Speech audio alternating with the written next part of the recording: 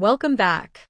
In this lecture, we will practice our new list comprehension syntax by creating a list containing the cube of every number from an initial list.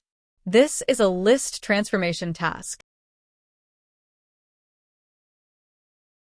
1. The traditional for loop method.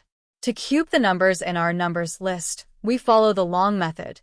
Initialize an empty list, loop through the source list, calculate number raised to the power of 3, and append the result. This requires 3 distinct lines for the operation itself.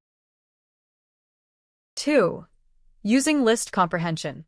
Now let's use a list comprehension. We write cubes_LC equals and open the square brackets. The structure is number raised to the power of 3, which is the expression, followed by the loop structure for number in numbers.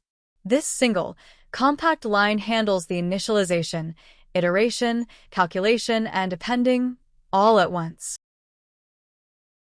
3. The expression flexibility. Note that the expression part of the list comprehension can contain any valid operation, whether it's cubing, multiplying, calling a function, or formatting a string. As long as it returns a value, that value will be placed into the new list. To summarize, the list comprehension syntax is ideal for transforming every item in an iterable. Our next lecture 15.03. Even numbers in a list. See you there.